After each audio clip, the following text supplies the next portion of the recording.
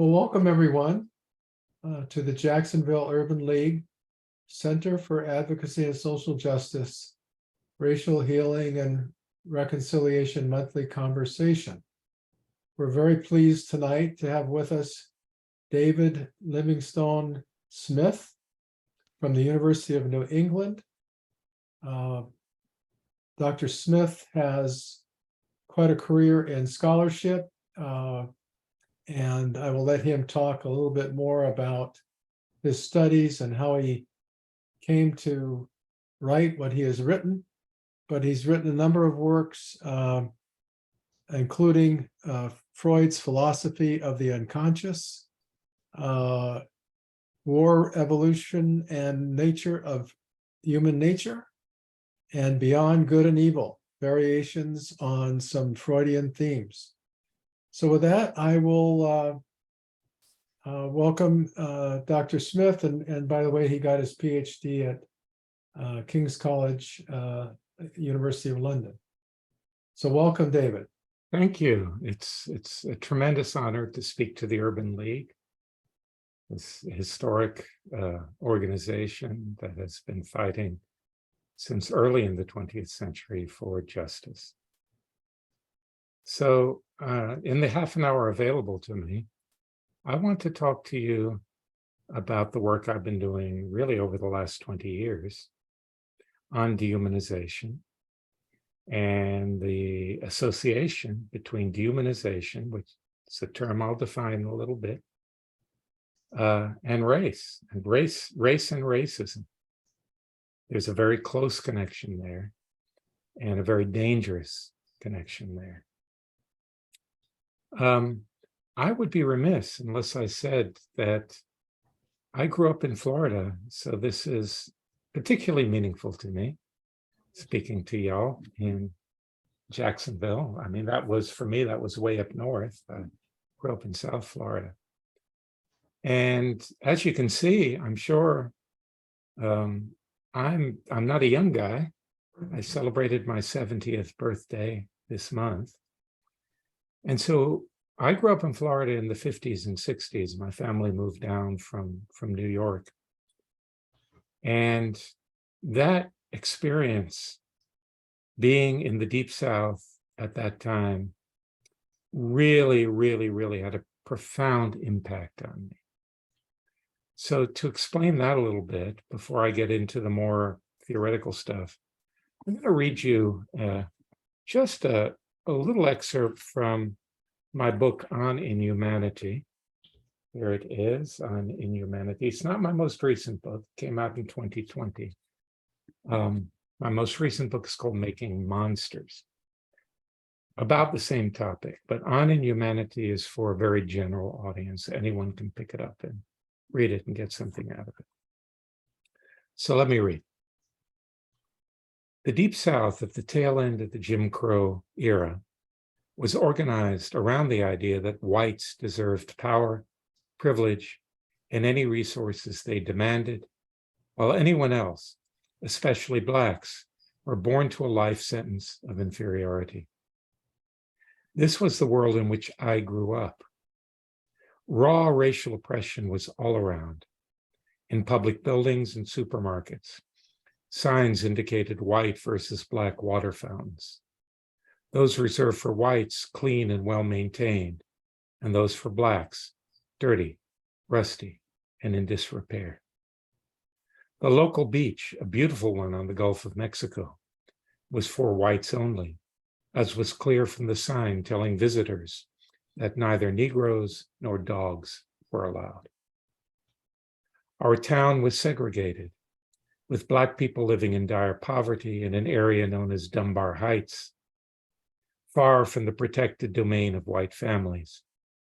And I recall seeing crews of black prisoners laboring by the roadside in the blistering Florida sun, under the eyes of armed white prison guards.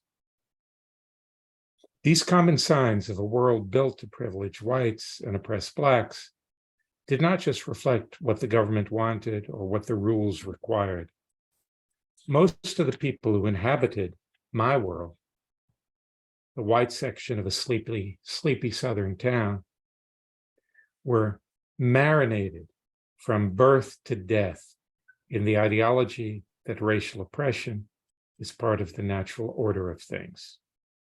And they enacted this ideology in their daily lives. The white children whom I played with, as well as their parents and grandparents, regarded Black people as subhuman.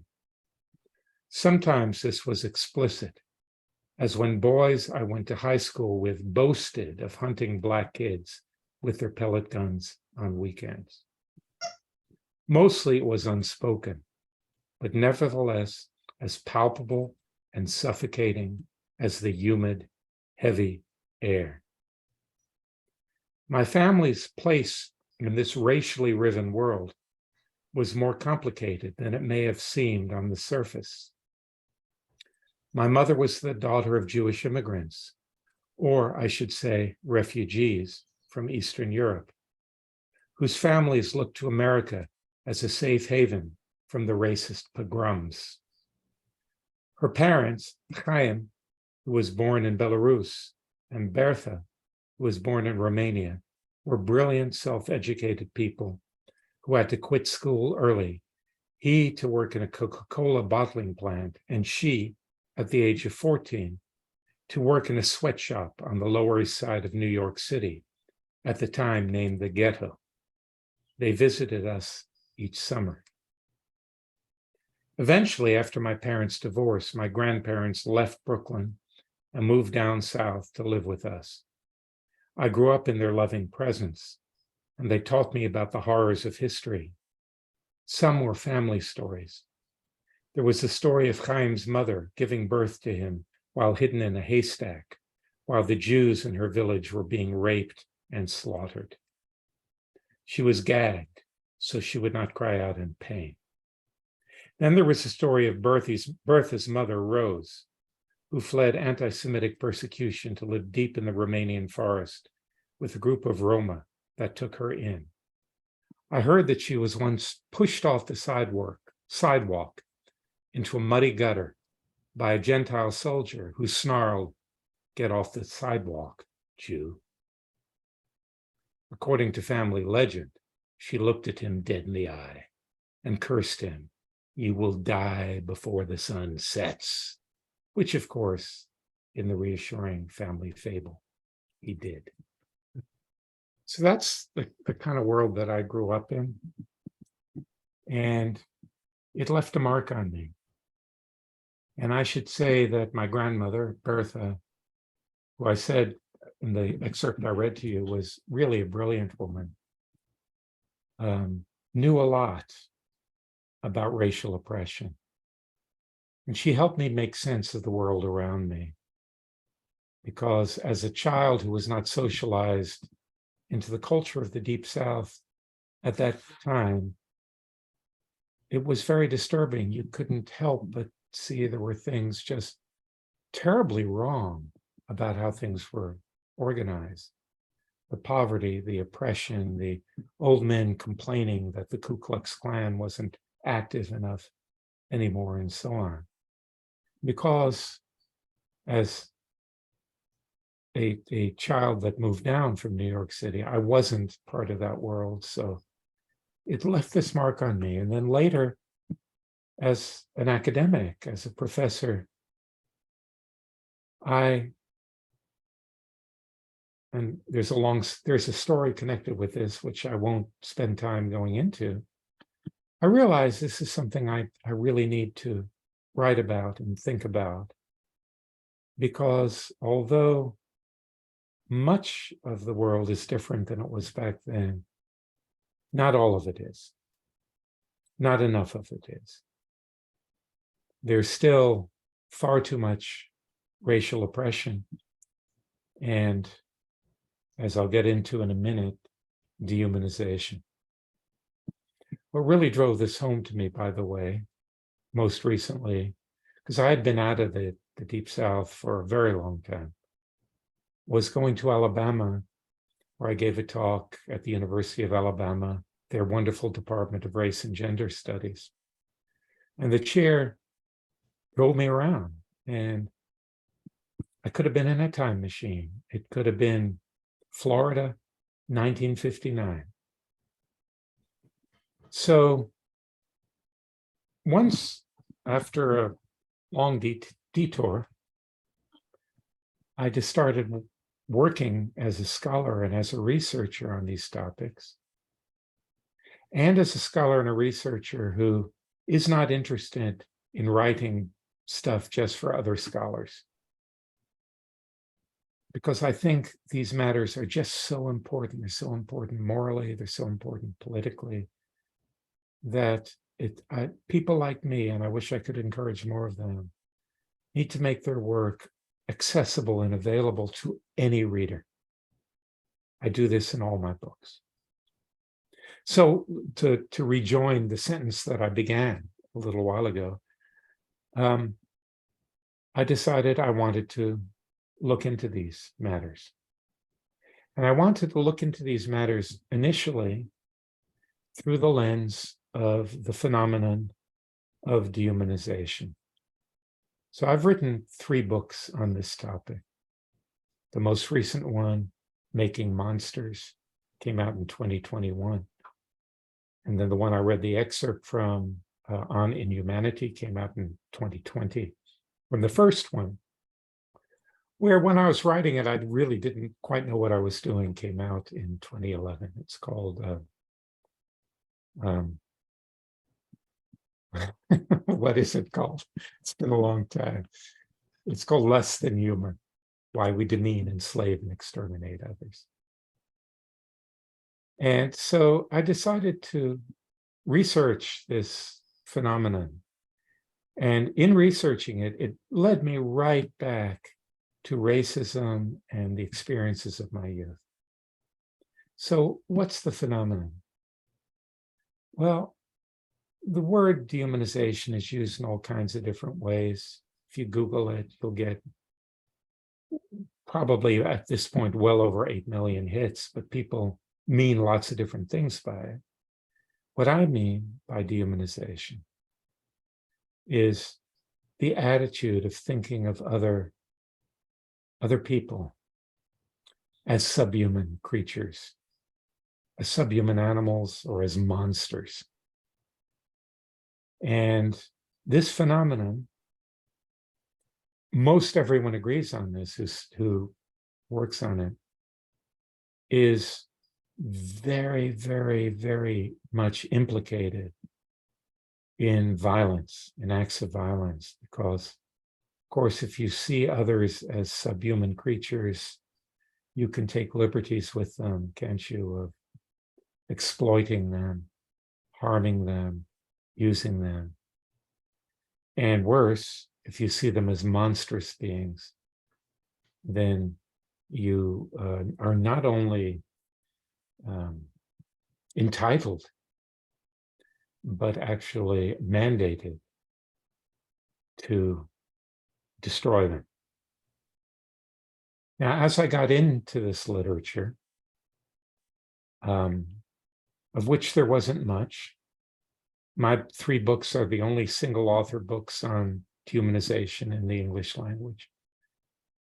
I came to realize something really important, that dehumanization is very closely tied to race.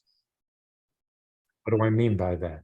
Well, I mean that before a group of people is dehumanized, before a group of people is seen by some other group of people as less than human, they're first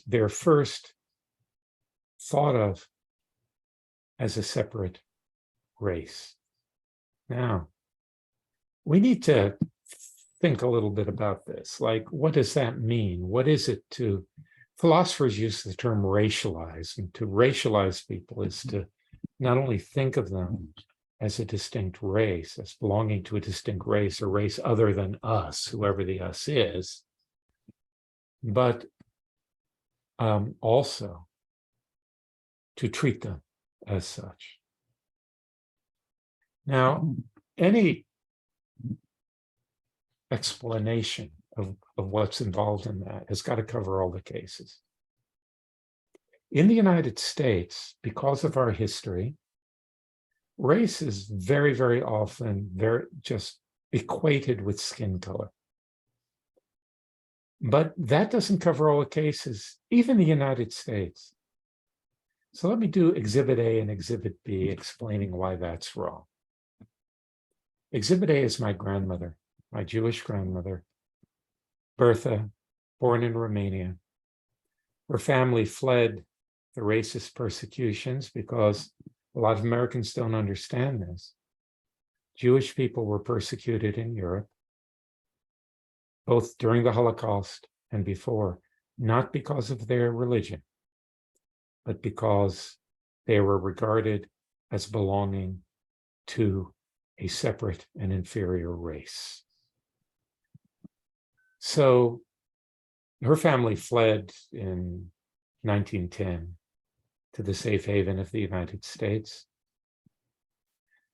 Now, if she were around during the 1940s, she would have probably ended up in a Nazi death camp, gassed and burned to death. Not because of her religion, in fact, she was an atheist, but because of her supposed race. Now, let me tell you something about my grandmother. Her skin was very pale. Her eyes were very blue. Her hair was very blonde. So it wasn't about how she looked. And this is really common, in fact, universal when it comes to ideas about race. It's what she was, allegedly.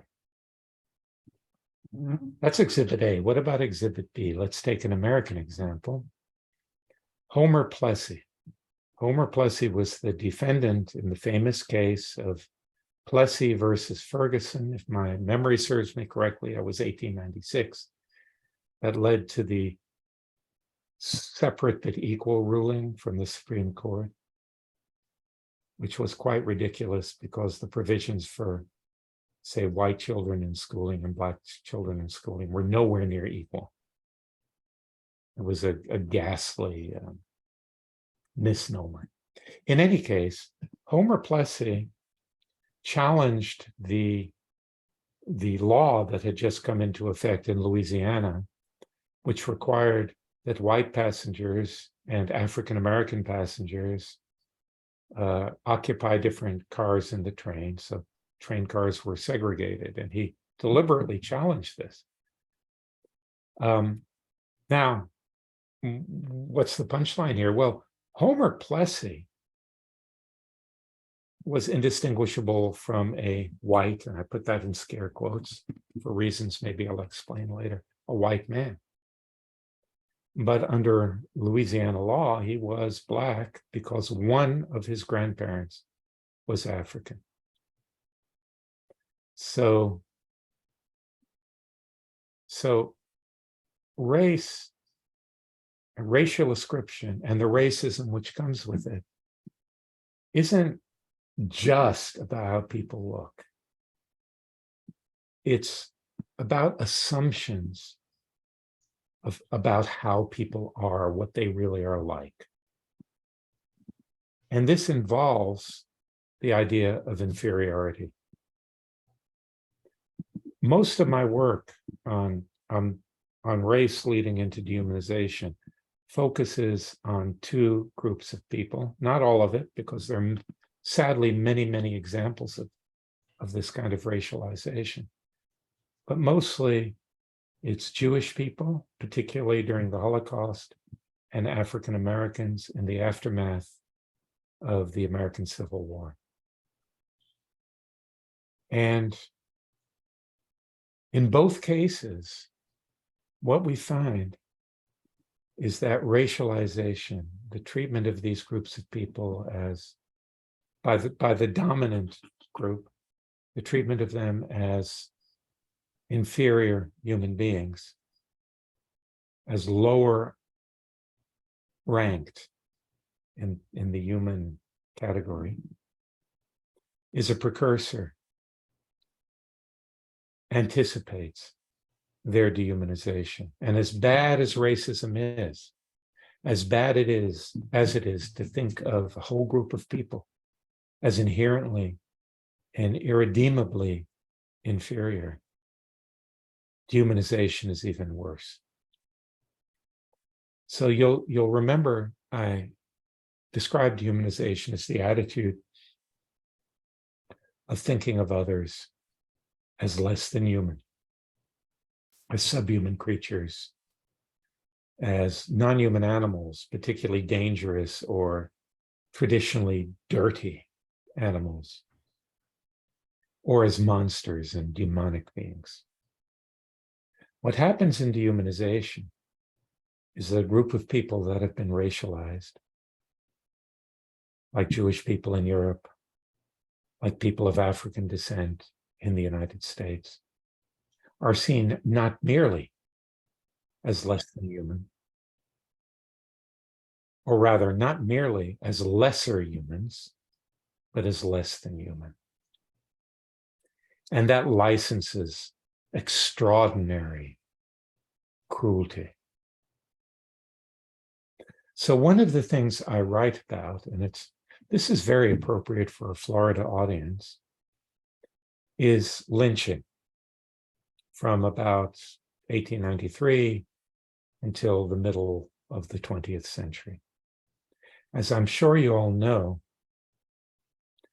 there were approximately, well, actually more than 4,000 African Americans lynched by white mobs in this country, mostly in the Deep South, but not entirely.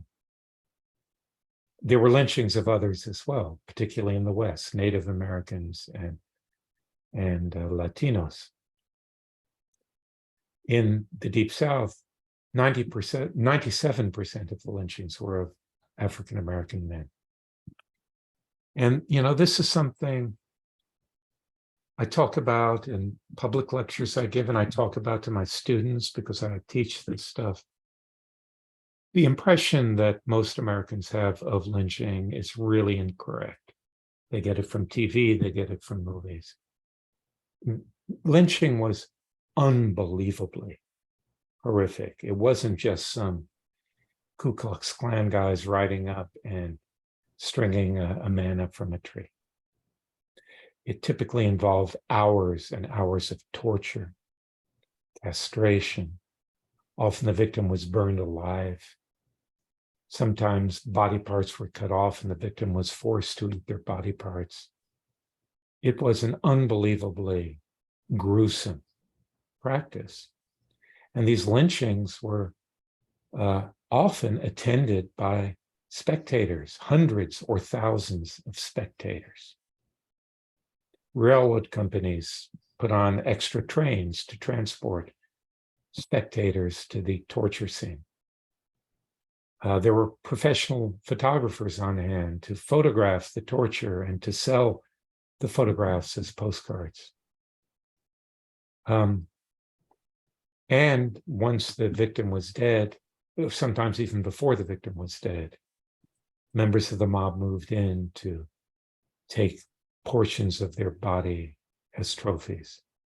Unbelievably horrific. And by the way, when I give talks, I go into great detail about that because these things have been so censored in our country that I think it's very important to rub people's nose in it, because most people just don't have a clue about what happened. In living memory. My hometown in Florida, there was a lynching about 20 years before my family moved there. So one of the things I do in my research is I go back to the old newspapers because the media was there when there were these lynchings. They were publicly advertised in newspapers and on the radio later on. And, they would file their reports and it would appear in the national press. And what I do is look at these articles and with in mind the question, how is it possible to do these things to another human being? I mean, what's required for these acts of unbelievable horror and cruelty. And I think the answer you find in the news reports, which you find, and I describe these in a lot of detail, actually, in my most recent book, Making Monsters. You find in these articles very regularly descriptions, characterizations of the victims, who were never, well, I shouldn't say never. Yeah, I'll say never, because even when they were tried in court, it was rigged. They were never given due legal process. The victims are described as bloodthirsty beasts, as subhumans, as monsters in human form, and so on, and so on, and so on. So if we're trying to understand the horror of these practices and the associated unthinkable oppression of African Americans in this country, extending well into the 20th century. One of the people you should certainly invite to speak to you, a friend of mine, Antoinette Harrell, who has interviewed elderly African Americans in Louisiana who have testified they were held in slavery in the 1950s and 60s, just by the way. So this mind-boggling horror associated with less extreme, but nonetheless depraved, morally depraved oppression. To understand it, I think it really, really helps to understand how dehumanization works and how the racialization of groups of people. I mean, I've concentrated on African Americans. And it might sound strange to you that when I say African Americans are racialized, but I can explain that a bit when we have some conversation. I could go on for hours, right? I'm trying to condense this in a way that will be meaningful.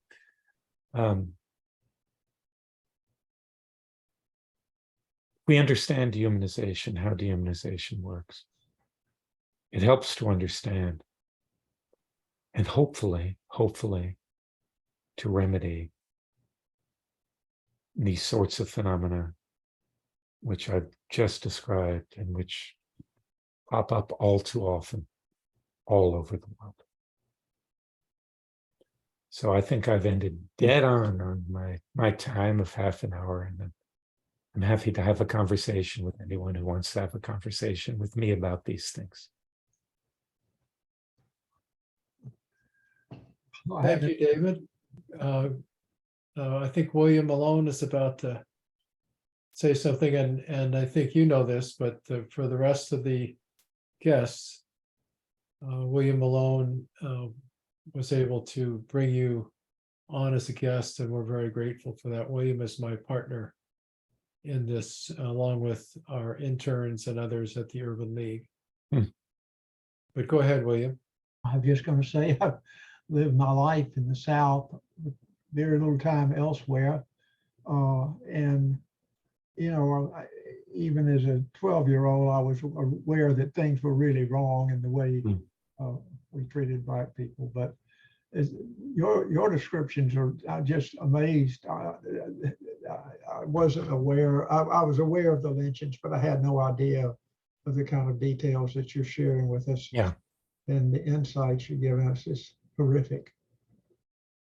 Yeah, I mean, unbelievably horrific. And most Americans are unaware of this. But it's straight up history. You can go to the historical literature, and you can go to the old newspapers, and it's really quite explicit. This wonderful book by so there's a guy named James Allen. He was I don't know if he's still alive, a white Southerner who went around homes and collected these postcards. And he tried to get them exhibited, say, in Emory University. No way. And these are postcards of Black people being killed and tortured and so on, which were very popular in the South. his collection of photographs is published in a book called Without Sanctuary. And you have to have a strong stomach to look at that. I have a question. How can I get your book, Making Monsters? Well, easy. Go on to Amazon or any other place, and it's right there. And the first chapter, not the introduction, the first chapter uses two examples of lynchings, these big lynchings, which are called spectacle lynchings, to I describe them in a lot of detail, and then I use them to test different theories of dehumanization. Good evening.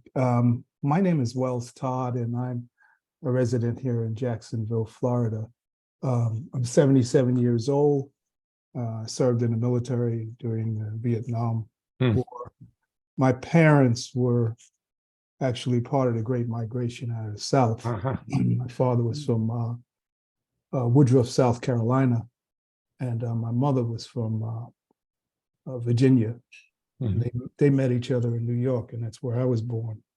I visited my grandparents on my father's side one time in South Carolina, and one time only.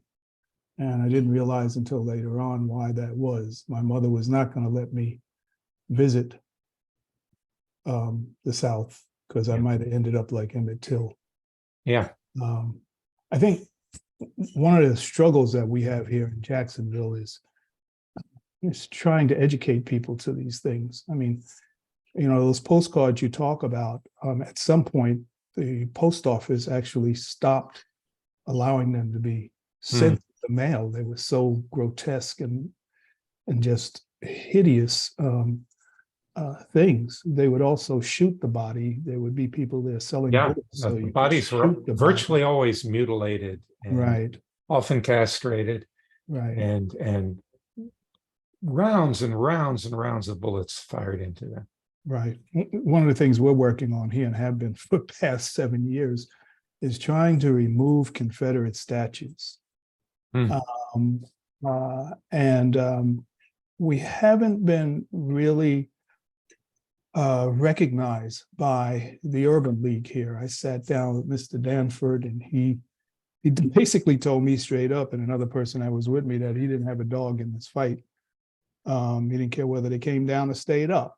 And I think that that's kind of remarkable when you really begin to understand that these statues represent white supremacy and the return of white supremacy to the South after the overthrow of really the return, right? Yeah. So Right. some people think, well, you're eliminating history, but most of those statues, there were two waves. One in the aftermath of the defeat of the South, and the other during the Civil Rights era. Right. So that was part of what I wanted to say, and I really want to kind of understand why he's refusing to get behind the removal of the statue. We've been fighting now for, like I said, almost 7 years to get there's two statues removed. We know who put them up. We know the speeches that were made when they went up. We know what they represented and what they continue to represent. We understand how they embolden this right-wing terrorism that's going on. We had a shooting here not a month ago of 3 people in the Dollar General.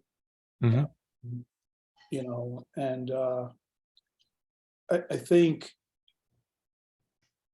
it's beholden to people that they really get behind this move to take this step of removing these statues. We need truth and reconciliation before we can truly move forward. And so I would say, obviously, not being connected with the Urban League, I can't comment on that bit, but I'm glad you mentioned truth and reconciliation, because my view is we can't have reconciliation without truth. And people are ignorant, and partially it's because it's this stuff should be really part of every American's education. Right. But it's not. I mean, my students, I teach in a liberal arts college in Maine. They're shocked out of their heads. And the most common feedback I get from them at the end of the course is, I'm so angry I was never told the truth. But there can't be reconciliation without truth. And unfortunately, because the United States was never brought to its knees like Germany was, United States has gotten away with a lot of stuff. When I say United States, I mean the white United States, or a portion of the white United States. So I very, very, people don't really, a lot of people don't get what these statues signify. And Florida, by the way, has a particularly horrible history. There were more, per capita, there were more lynchings in Florida than anywhere else in the United States, more than Alabama, more than Mississippi. Wow, I had no idea. Yeah. So when you speak of truth coming before reconciliation, what truth and whose truth and what is true? And with so many attempts, especially in Florida, to eliminate parts of history from being told, Yeah. how will the total truth ever come out? Well, I don't know. I'll be honest with you, I'm kind of pessimistic. But as Cornel West likes to say, I'm hopeful but pessimistic. That is, I think it's really important to keep on pushing and keep on trying to do the right thing. So the stuff that's going down in Florida, the objectionable things, that's not truth. Those are lies. The truth of what happened in this country is quite clear. We have good historical resources.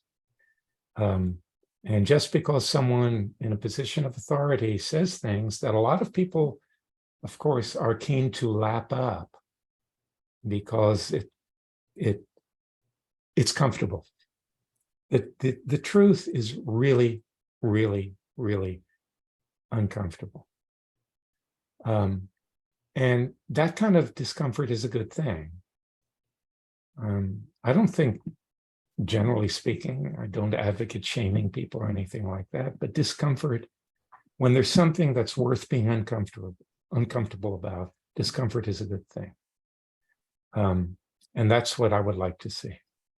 And there are lots of local groups kind of working on these sorts of things, but there's a lot of resistance, right? It's the United States, white America has avoided these things for so long. It's been a festering sore for so long that at this point it's very difficult to promulgate the truth. But I think we really need to try and try hard. That's what I try to. That's why I write my books, right? I'm not interested in just, splitting hairs for other academics. I want to make a difference. There is a mini-series called The Underground Railroad, and it's based on a book by Colson Whitehead. And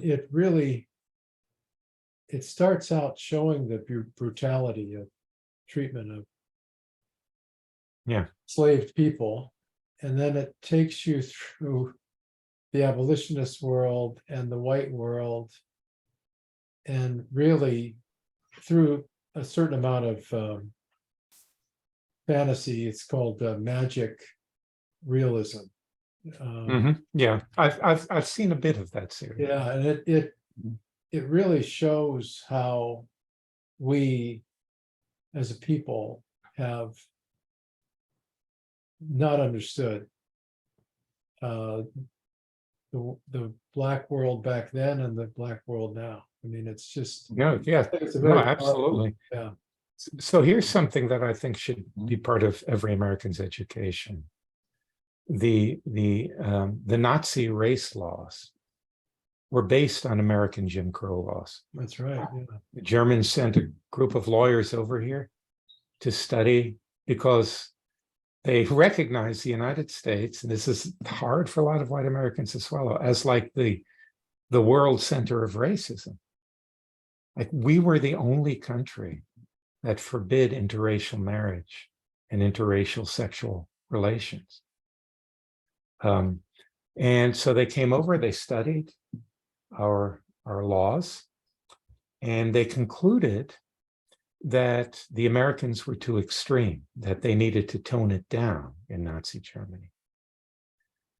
So rather than the one drop rule, which was prevalent here, they decided, well, a person is a member of the Jewish race if they had at least 3 Jewish grandparents. Toned down, but the first step to the Holocaust. So I'll say it again. This needs to be really on the agenda for the American educational system, and I just don't see it happening, unfortunately. So students who stumble into a class like mine will hear about it. And there are other classes at different universities where they'll hear about it. But that's a drop in the bucket. So how can one become intentional about getting the message out in a systematic way? Yeah, I mean, that's a hard question because it depends how you're situated, right? So as a writer and a college professor, I can do it through my publications and through my classes. But,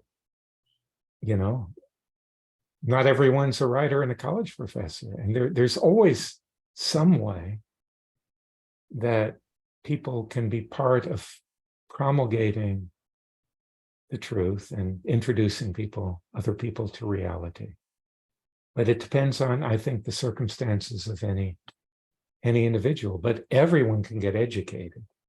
I mean, I have loads of talks that I've given online where I go into this stuff in much more detail than I did with you this evening. I have. David, have you ever partnered with a person like an African American background to publish and to give like 2 sides of the story, the same story through different lenses?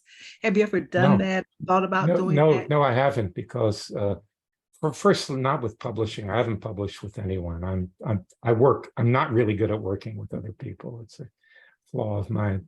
But I've certainly, so the person I mentioned earlier, Antoinette Harrell, who I encouraged y'all to have and speak to you, I've very much engaged with her. I've published interviews I've done with her and so on, because her testimony is I think extraordinarily important. David, I was surprised to learn that there were Black Indians. Yes. Those Black Indians some of them would move to New Orleans. Mm-hmm. Because they had less chance of being killed there than if they stayed where they were. Yeah, I don't know details about that, but I know that was the case because, of course, what happened is that many African Americans who fled slavery went south into Florida and joined the Seminoles.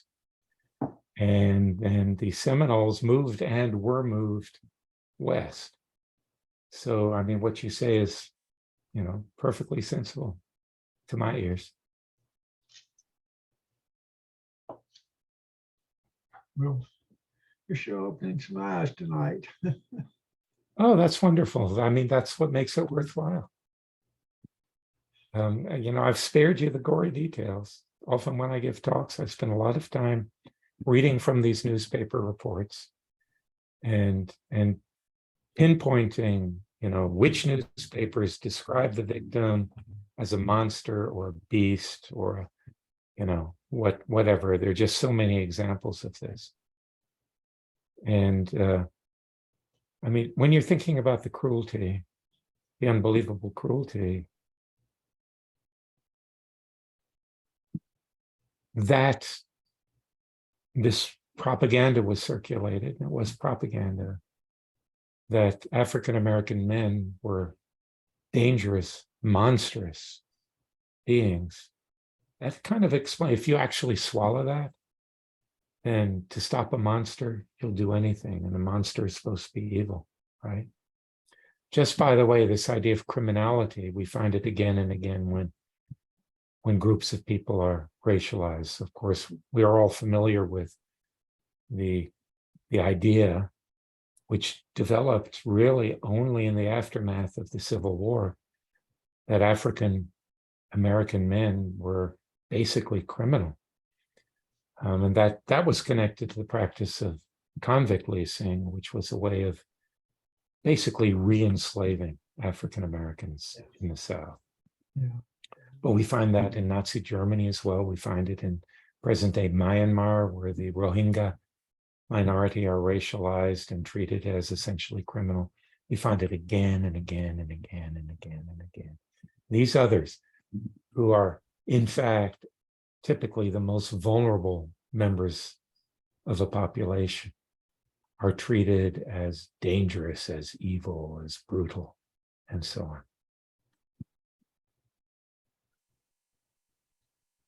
Hard to believe. I was looking recently at a visit that I learned about, a visit the Blessed Mother made to, I think, maybe a town in Germany, talking to the children, and she showed them hell. You saw the people burning, and the devils jumping around. Now, I think if we could get some people to think about that a little bit, it might help them change their outlook on some of these racial matters. Well, yeah, and of course, the victims of lynching and other forms of racial violence were in that situation. I mean, if you're burned alive, 1893, let me tell you a little bit about this. Is a lynching I've studied quite a bit in Waco, Texas, scene of two particularly horrific lynchings. The other one was 1916. A man named Henry Smith, who was he was severely mentally challenged. He was a farm worker, an African-American farm worker. He was accused of raping and murdering the sheriff's daughter, 4-year-old daughter. He allegedly confessed, but it was likely under torture. He was, his lynching attracted a crowd of between 10 and 20,000 people. He was first had red hot irons run up and down his body, and his eyes were burnt out. And then he was placed on a mound of cotton husks and slowly burned alive. They always slowly burn people to maximize their agony.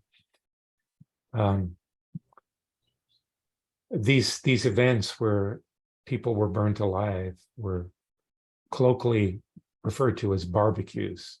There are postcards showing a Black man being burnt alive, and someone has written on it, "Attended a nice barbecue last week." So the burning in hell is a faint echo of the burning in reality that all too many people suffered, and people need to know about it. What's most concerning is the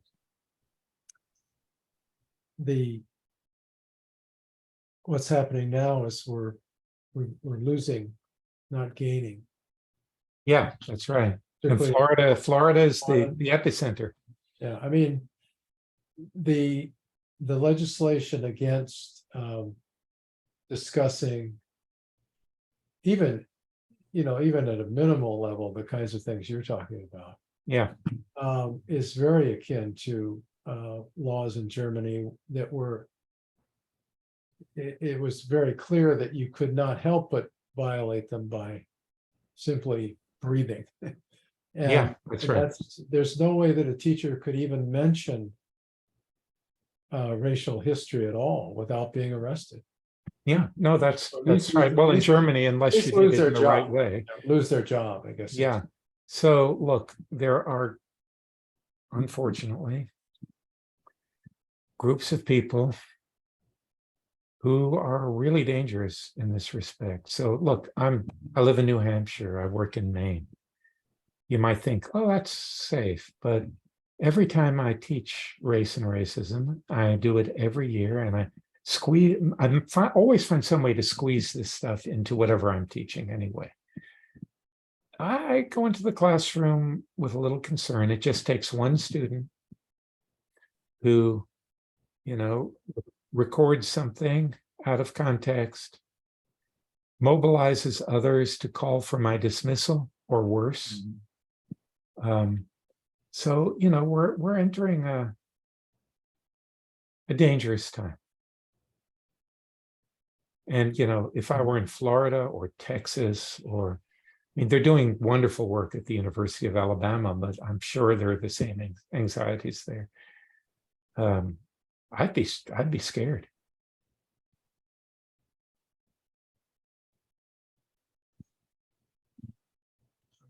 Difficult times. Let's push through it. Yes, and by the way, you mentioned Germany. South Africa also looked towards. They got the idea of separate facilities from the United States. Yeah. No, we were the model. Yeah. And another fact people don't realize is that so the circle works this way. African Americans are allowed to vote after the Civil War. So let's pass laws saying that if you were convicted of a felony, you couldn't vote. And so let's change all the misdemeanors into felonies, because the only people arrested and convicted would be blacks. Well, yeah, so that had another function. We still have this problem in Florida. So yeah, of course you do. Yes. One of my friends, a really brilliant young African American philosopher, has done a lot of work on the ground trying to. He was from Mariana, scene of the famous lynching, by the way, and he's done a lot of work trying to combat the Florida situation. But the passing of those laws had actually a worse consequence. So what would happen, right? So picture civil wars ended, the economy of the South is in ruins. The Confederate States had been the third richest economy in the entire world. There were more millionaires per square mile in Mississippi than anywhere else in the country as well. But without slave labor, they were ruined, and the cotton fields had been abandoned and so on. So the new practice was to target African Americans with various laws. So you could, if you're African American in the South, you could be arrested for walking along by a railroad track, for instance, or not being able to prove that you were employed. And of course, people just made these things up. And so what they would do is they would arrest them and charge them a fine, which they couldn't pay. And so what the state would do then is sell the person to industry, to work in a coal mine or a turpentine crew or whatever. This was pioneered by folks in Alabama, and it spread throughout the whole South, and it brought in a huge amount of income. But this was actually worse than slavery because it was very cheap to buy people from the courts, and they could be worked to death as they often were. And then you just replace them. You just buy another one for practically nothing. Right? So, again, this is something that most Americans don't understand. I mean, if you're lucky, some people understand what sharecropping was, but this procedure was way worse even than sharecropping, which was pretty bad. Have Slaveholders, on the whole, didn't want to kill enslaved people or harm them so terribly that they couldn't work. But after the Civil War, those restrictions were released. People were worked to death and harmed in unbelievable ways. Have you had any? You could do when you don't value a person as being even a human. Well, exactly. That gets back to dehumanization, right? This is what happens. You can work them like a mule.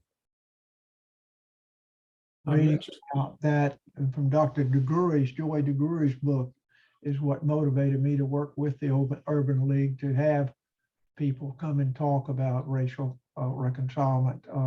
And Awesome. she's made a few of the points that you just made. Mm-hmm. It's horrifying. I couldn't sleep the night I read her book when she talked about the 10-year-old, the mother of the 10-year-old had to prepare her for a visit from the slave owner and his friends. Well, listen, Antoinette, who I've mentioned several times, she learned about these things through a woman who was enslaved in the 1950s and 60s. And this woman and her brother's also given testimonies, remote parts of Louisiana, where away from prying eyes. And she, the woman whose name she's dead now. Oh, what was her name? That slipped my mind.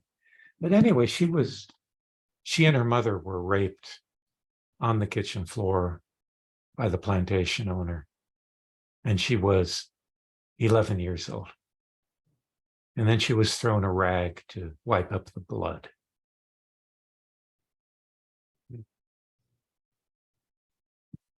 And this is maybe 1955, 1956.